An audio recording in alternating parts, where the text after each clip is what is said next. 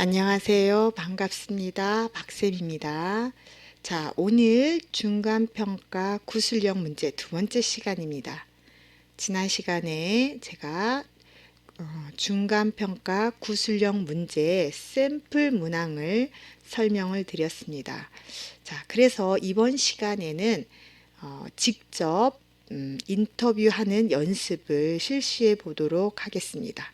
자, 간단하게 한번 설명하고 시작하겠습니다. 자, 오늘은요, 문항이 좀 길기는 하지만, 자, 먼저 기본적으로 우리는 구술 문항은 5문항을 할 것이다 라는 거 알아두고요.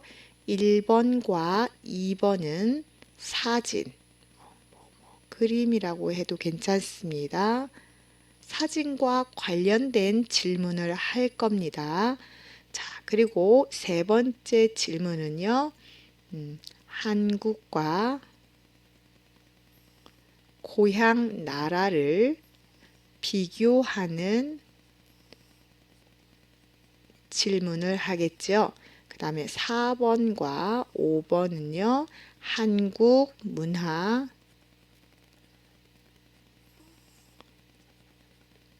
또는 한국 사회에 관련된 문제를 질문할 거다라는 거 좀 알아두시고요. 자, 사진을 보고 무엇에 대한 설명인지 좀 연습을 좀 해보도록 하면 좋을 것 같아요. 1번과 3번까지는요, 같은 문제가 나오고요. 4번, 5번도 사실은 관련된 문제가 나오겠지만 한국 문화나 한국 사회에 관련된 문제가 나온다 라고 보시면 될 것 같습니다. 자, 이번 시간에는요, 직접 인터뷰 한다고 생각하시고요. 자, 준비하시고 제가 시간을 드릴 거예요. 1분 정도 드리는데 생각했다가 진짜 인터뷰를 한다고 생각하시고 대답을 하면 좋을 것 같습니다. 자, 시작해 보도록 하겠습니다. 자, 그림이 두 가지가 있습니다. 첫 번째 그림, 두 번째 그림이라고 말하겠습니다. 자, 질문 들어가겠습니다. 자, 1번 그림에 있는 이 사람은 무엇을 하려고 합니까?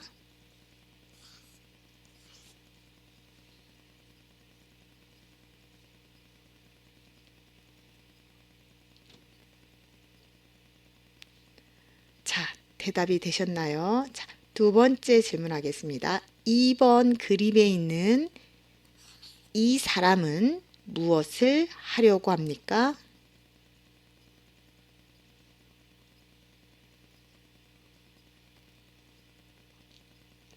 네, 대답하셨나요? 자, 1번 그림에 이 사람들, 여기 글씨가 써 있는데 뭐라고 되어 있는지 보겠습니다.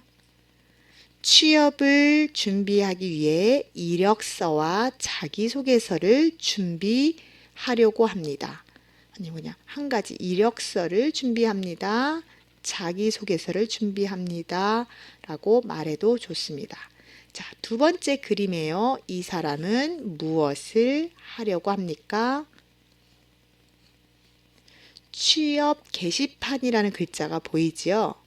당연히 취업하려고 하겠죠. 그래서 취업 게시판에서 취직할 곳을 찾고 있습니다. 혹은 일자리를 찾고 있습니다. 다 좋습니다.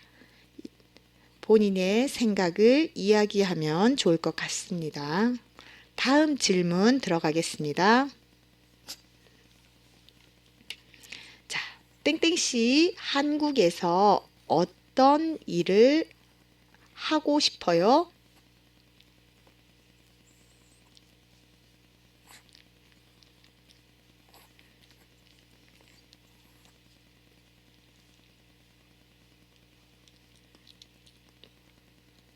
자, 대답하셨나요? 자, 제가 1번 분, 2번 분, 혹시 땡땡 이름을 부르면서 하면 저는 제가 다 좋습니다. 자, 저는 한국에 있는 어린이집에서 일하고 싶습니다. 그래서 국적을 취득한 후에 보육교사 자격증 공부를 해서 어린이집 선생님이 될 겁니다. 자, 질문을 할 때는요, 항상 주어를 처음에 말하고요, 뒤에 씁니다로 대답하면서 이야기를 연결하면 좋을 것 같고요. 우리 친구들이 좀 말을 많이 하거나 빨리 하는 거 전혀 도움이 되지 않습니다. 자, 상대방이 알아들을 수 있도록 천천히 말하면 좋을 것 같습니다. 자, 다음 질문 들어가겠습니다. 3번 질문하겠습니다. 대답해 주세요. 면접할 때 지켜야 할 예절 한 가지 말해 보세요.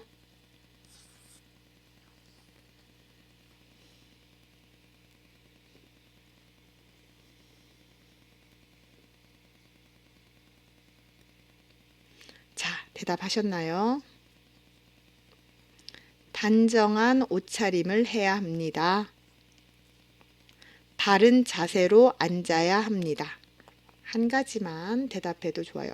이 외에도 여러 가지 대답이 나올 수 있습니다. 면접관을 바라보고 말합니다. 여러 가지 이야기 중에 말을 해도 괜찮다. 자, 4번 질문하겠습니다. 4번 질문은요, 3번과 반대로 대답하시면 될 것 같습니다. 자, 4번 질문하겠습니다. 면접할 때 하지 말아야 할 예절 한 가지만 말해 보세요.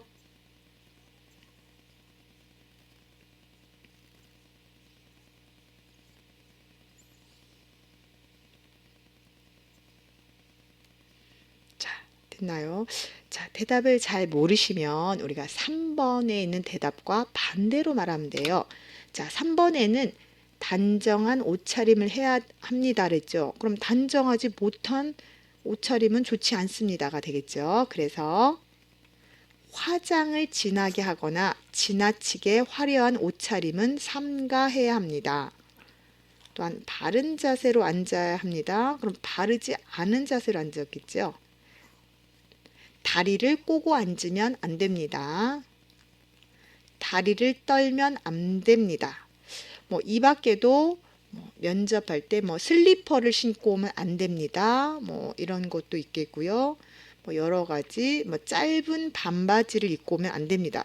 기본적인 예의 예절 같은 게 있겠죠. 자, 그리고 전혀 면접관이 질문한 것과 전혀 관계없는 대답을 하는 것도 좋지는 않습니다. 자, 다음 질문 들어가겠습니다. 5번 질문, 자신이 다니는 회사를 소개해 보세요.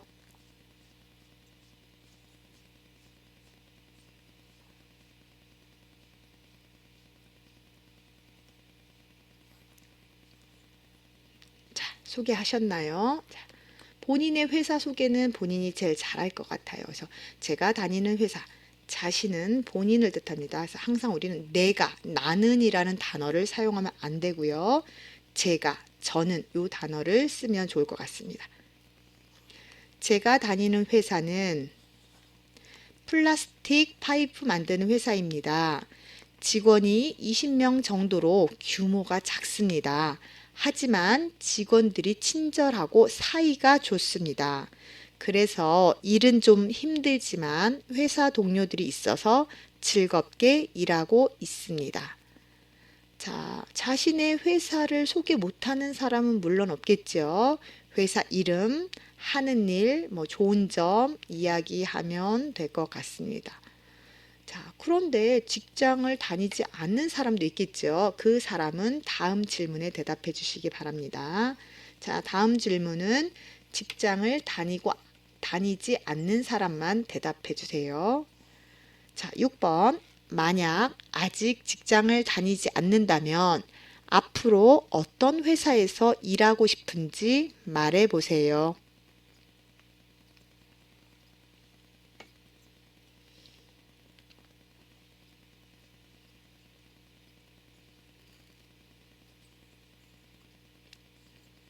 자, 대답하셨나요? 제가 다니고 싶은 회사는 삼성입니다. LG입니다. 괜찮아요. 그렇게 말해도 나쁘지 않습니다. 하지만 이유는 반드시 이야기하면 좋을 것 같습니다. 자, 저는 학교나 관공서에서 통역하는 일을 해보고 싶습니다. 저 같은 외국인들을 도와주는 일을 하면 보람되고 뿌듯할 것 같습니다. 그래서 저는 통역사가 되기 위해 한국어 공부도 열심히 할 것입니다.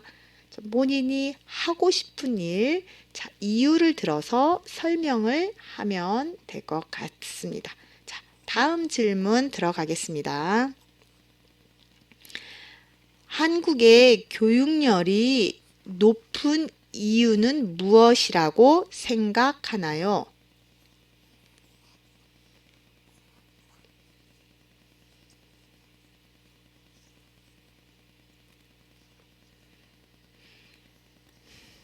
자, 대답하셨나요? 자, 이것도 마찬가지로 교육열이라는 단어를 모르면 대답할 수 없겠지요. 자, 한국은 좋은 대학교에 가야 좋은 회사에 취직할 수 있다고 생각합니다. 또한 학력이 높아야 좋은 배우자를 얻을 수 있다고 생각해서 부모님들은 아이의 교육열에 관심이 많습니다. 뭐 한 가지 정도만 이야기해도 좋을 것 같습니다. 다음 질문 바로 들어가겠습니다. 8번. 교육열이 높아서 생기는 긍정적인 측면과 부정적인 측면은 무엇인지 말해 보세요.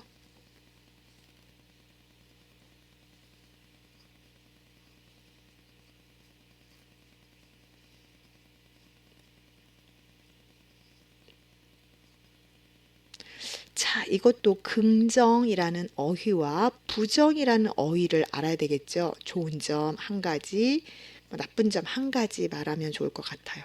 여러 가지 답을 좋은 점과 나쁜 점을 생각해서 말하시면 좋을 것 같습니다. 교육열이 높아서 생기는 긍정적인 측면은 훌륭한 인재를 양성할 수 있어서 한국의 발전에 도움이 된다고 생각합니다. 반면에 반대로겠죠. 공부의 스트레스로 인해 자살률이 높아지는 부정적인 측면도 있습니다. 이거 외에도 여러 가지 좋은 점과 나쁜 점을 한 가지씩만 이야기하면 좋을 것 같습니다. 자, 다음 질문 들어가겠습니다. 땡땡씨 고향 나라의 교육열은 어느 정도인지 한국과 비교하여 말해보세요.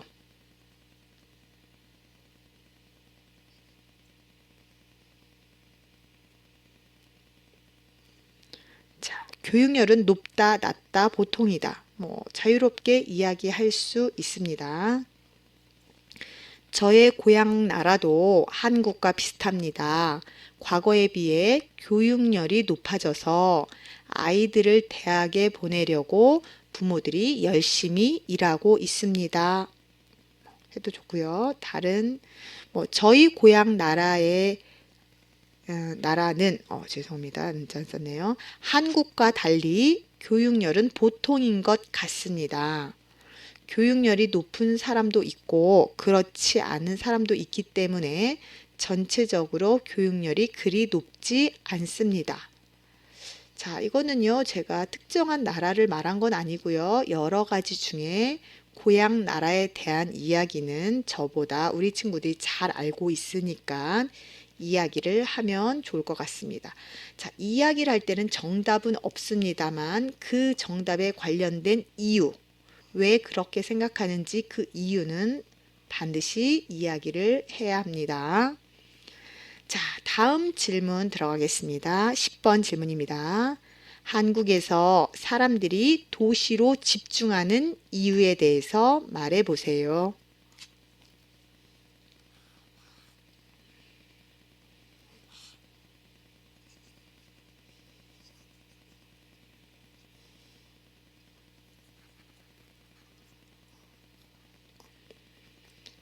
자, 이것도 마찬가지로 집중이라는 어휘를 모르면 대답 못하겠지요. 모이다.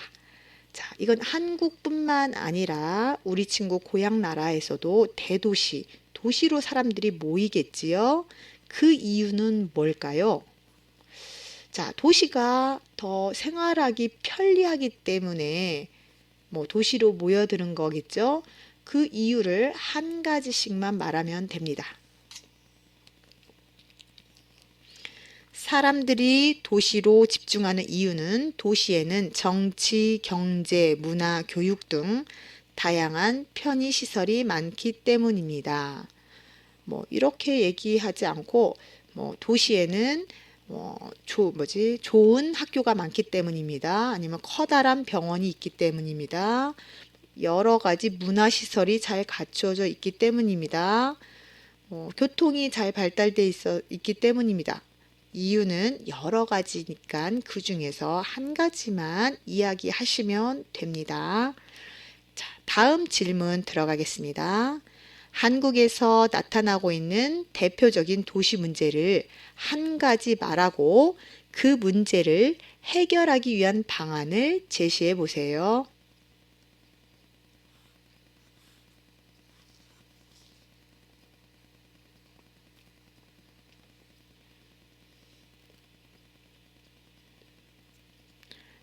이 문제도 한국에서만 나타나는 문제는 아니겠지요. 우리 고향 나라도 도시 문제 심각하겠지요. 그 중에서 그냥 한 가지 이야기하면 될 것 같습니다. 자, 도시 문제 중 교통 문제가 심각합니다. 차가 많아서 길이 많이 막힙니다. 이를 해결하기 위해 가능하면 대중교통을 이용하면 좋습니다. 좋을 것 같습니다. 다 괜찮겠습니다. 도시 문제 중에 환경 문제, 주택 문제, 쓰레기 문제, 다양한 문제를 이야기하셔도 됩니다. 자, 12번 질문하겠습니다.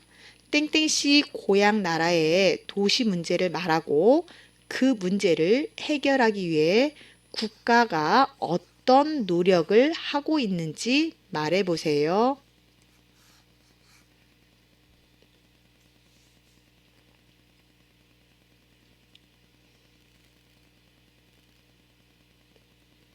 대답이 됐나요? 저의 고향 나라에서도 여러 가지 도시 문제가 있습니다. 그 중에서도 쓰레기 문제가 심각합니다. 쓰레기를 아무데나 버려서 냄새도 나고 불편합니다. 그래서 저희 고향 나라에서는 쓰레기 종량제 봉투를 사용하는 법을 추진하고 있습니다. 자, 이처럼 제가 질문을 하면요. 우리 친구들은 주어를 먼저 꼭 말하고요. 그 다음에 그거에 대한 이유를 분명하게 말해줘야 된다라는 거 잊지 마세요. 그래서 자, 누구시 얘기하면 저는 말하고요. 누구시 고향 나라는 그럼 저의 고향 나라는 한국에서는 이렇게 주어를 반드시 넣고 문장으로 말하셔야 된다. 라는 거 잊지 마시고요. 자, 막상 해보니까 쉽지 않죠? 자, 우리 친구들, 자, 질문을 했다 생각하고 본인이 혼자 말하는 연습을 조금 여러 번 하시면 좋을 것 같습니다. 자, 오늘은 여러 가지 문제를 풀어봤는데요. 그냥 대체적으로 이런 문제가 난다라는 거 보시고요. 한번 연습을 좀 해보도록 하세요. 자, 다음에 또 시간이 나면 자, 다른 문제를 가지고 연습을 좀 해보도록 하겠습니다. 자, 오늘도 수고 많이 했습니다. 오늘 여기까지 하겠습니다. 수고하셨습니다.